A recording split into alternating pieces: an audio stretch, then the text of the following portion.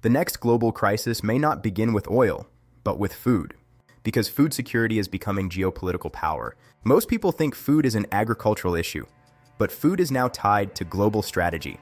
A few countries supply huge portions of global grain, and many countries depend on imports. So when exports slow, entire regions feel it. Food prices rise fast. Modern agriculture depends on fertilizer, and fertilizer depends on energy.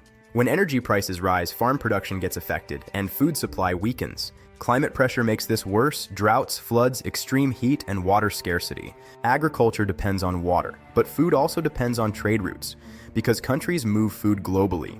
And disruptions affect supply quickly. Even small disruptions ripple worldwide. This is where food stops being just food and becomes geopolitical leverage. Now look at India. India is one of the world's largest rice exporters. So global markets watch Indian policy closely.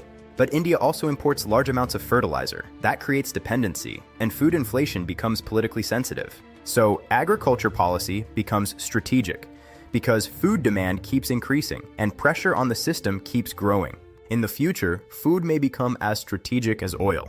The countries that control food may control stability itself.